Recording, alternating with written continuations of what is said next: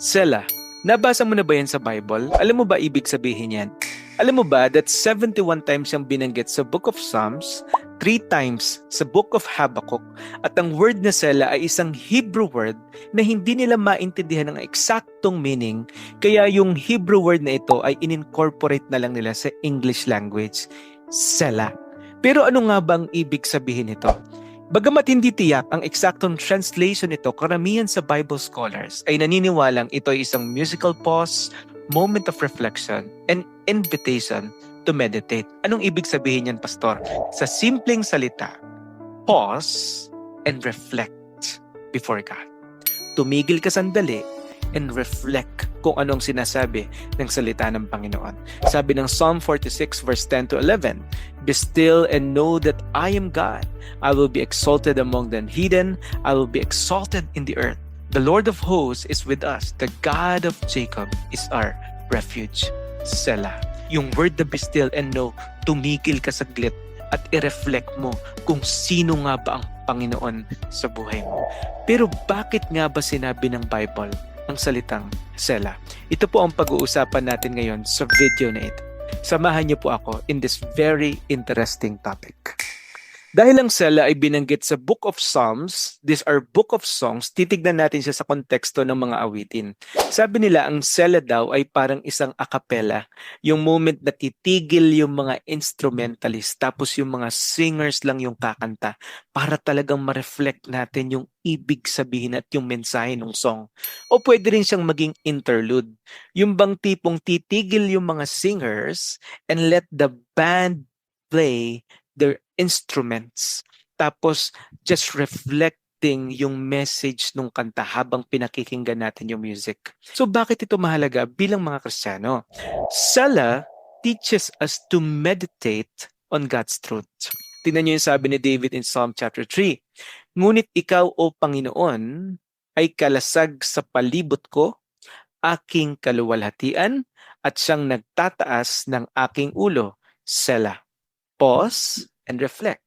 Tignan natin kung ano yung sinabi ni David dito. "You are my shield, you are my armor, ikaw ang aking kaluwalhatian, at ikaw ang nagbibigay ng confidence sa akin." Ang background niyan, yung kanyang anak na si Absalom ay gusto siyang patayin. Nagkaroon ng rebellion, at yung rebellion na yun, lubos na nakaapekto kay David at sa buong kaharian. Na mismong si David, nababurden siya, torn siya. Gagapiin niya ba si Absalom o hindi? Malinaw yung instruction niya sa kanyang mga sundalo, huwag niyong gagalawin si Absalom, pero napatay pa rin ang kanyang anak. Alam mo, sa kabila ng kaguluhan na naranasan niya, ito yung sinabi niya, "Ikaw, Panginoon, ang kalasag sa palibot ko. Ikaw ang magtatanggol sa akin, ikaw ang magpoprotekta sa akin." Ulit-ulit niya itong pinapatakbo sa kanyang isipan at sa kanyang puso. Ang tawag dyan, Selah. Sabi ng Joshua 1:8, "Pagbulay-bulayan mo ito, araw at gabi. Meditate on the Word of God." Ang meditation sa form of yoga is emptying the mind. But meditation that the Bible teaches is filling the mind with God's Word, with the Word of truth. Pag-isipan mong mabuti kung ano yung sinasabi ng Panginoon. Pause and reflect. Huwag mong madaliin ang pangungusap ng salita ng Diyos sa'yo. Kapag nagde-devotion ka, alam ko marami tayong ginagawa, alam ko meron tayong mga pagkakaabalahan, pero wag mong madaliin ang pangungusap ng Panginoon sa buhay mo. Slow down, pause, and reflect. Baka sa kakamadali mo, marami kang makalimutan. Baka sa kakamadali mo, mapahamak ka. Baka sa kakamadali mo, matalisod ka. Slow down, pause, and reflect. Yan ang tinuturo ng Selah. Meditate on God's truth. Pangalawa, Selah teaches us to trust God in difficult moments. Pagkatiwalaan mo ang Diyos. Ito yung time of pause and reflection at namnamin mo yung sinasabi ng salita ng Diyos sa iyo. Pagkatiwalaan mo ito. Sabi ng Psalm 46, "Ang Diyos ay ating kanlungan at kalakasan, handang saklolo sa panahon ng kaguluhan." Selah. Di ba? Pause and reflect. Tignan mo, ito yung ginagawa ng Panginoon sa'yo. Pwedeng-pwede mo siyang takbuhan. Maraming Psalms na may sela. Marami sa kanila isinulat sa panahon ng takot, problema, pagod, kalungkutan at laban. Kaya yung word na sela, it gives you not just confidence, but it makes you depend on God. Matuto tayong huminto at alalahanin kung sino ang Diyos kahit magulo ang sitwasyon. Number 3, Sela teaches deeper intimacy with God. Sabi ng Mark chapter 1, maagang maaga pa, samantalang madilim pa, bumangon si Jesus. Pumunta sa ilang na lugar upang manalangin. Ito lagi yung example na pinapakita ni Jesus.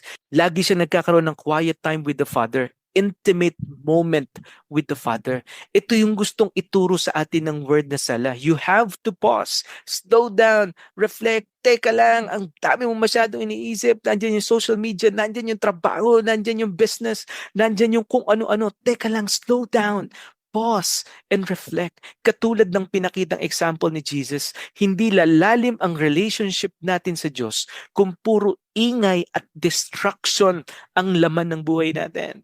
Intimate relationships needs intimate moments. So paano ko ito isa sa buhay, Pastor? Number 1, pause in His presence. Yeah. Bago magsimula ang araw or during the day, you need to have pause in the presence of God. Sabi ng Psalm 46 verse 10, magpakatahimik kayo at inyong kilalanin na ako ang Diyos. Be still. Lay down your weapons. Lay down your causes. Lay down the things na dala-dala mo ngayon sa kamay mo. Pause. Reflect in the presence of God. Ang sela ay paalala na huminto muna tayo sa gitna ng ingay ng buhay at manahimik tayo sa presensya ng Diyos. Number 2, reflect on His truth.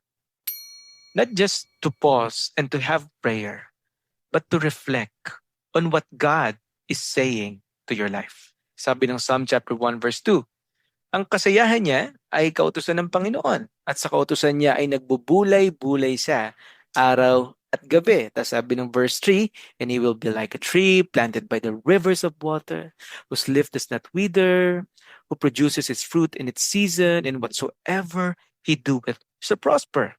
Dahil ang susi ng matagumpay na buhay ng isang Kristiyano ay ang salita ng Diyos. Kapag nakita mo yung word na sela o yung idea ng sela to pause and reflect, hindi ka lang mag-pause sa presence ng Diyos, kundi basahin mo ang sinasabi ng kanyang salita. Madalas tayong nagkakamali kasi hindi tayo nakikinig. Reflect on God's truth. And number 3, respond with worship. Sabi ng Psalm chapter 47 verse 6, umawit kayo ng mga papuri sa Diyos. Umawit kayo ng mga papuri. Hindi lang basta nag-meditate ka ng salita ng Diyos, hindi lang basta nag-pray ka, kundi ang response mo dapat ay sumamba sa Panginoon. Na anumang bagay na iyong gagawin ay magbigay ng kadakilaan sa Diyos.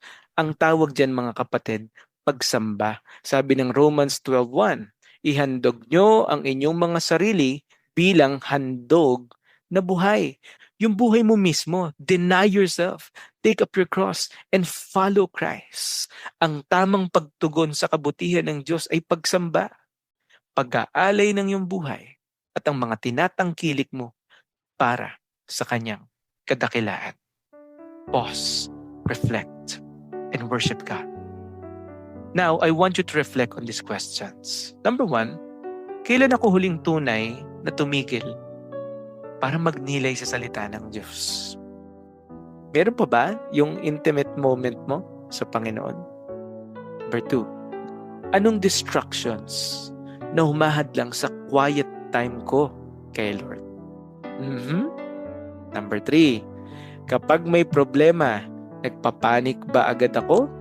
O marunong akong magsala to pause and reflect and worship God? Number 4, anong gustong ipaalala sa akin ng Diyos ngayon? Tandaan mo, a soul that never pauses will struggle to hear God clearly. Ang isang kaluluwa na masyadong abala sa maraming bagay ay hindi maiintindihan ng malinaw ang sinasabi ng Diyos sa buhay niya. Minsan gagamitin ng Diyos ang pagsubok in order to humble us down to reflect. Minsan gagamitin ng Diyos ang victory in order to humble us down and reflect. But whatever situation is, every day, pause, reflect, and worship God. Ito po ang ating pag-aaral ngayon tungkol sa sala, and may this simple lesson be a blessing to all of you. Ingat po kayong lahat, and please continue to pray, support, and share ang channel natin. God bless po.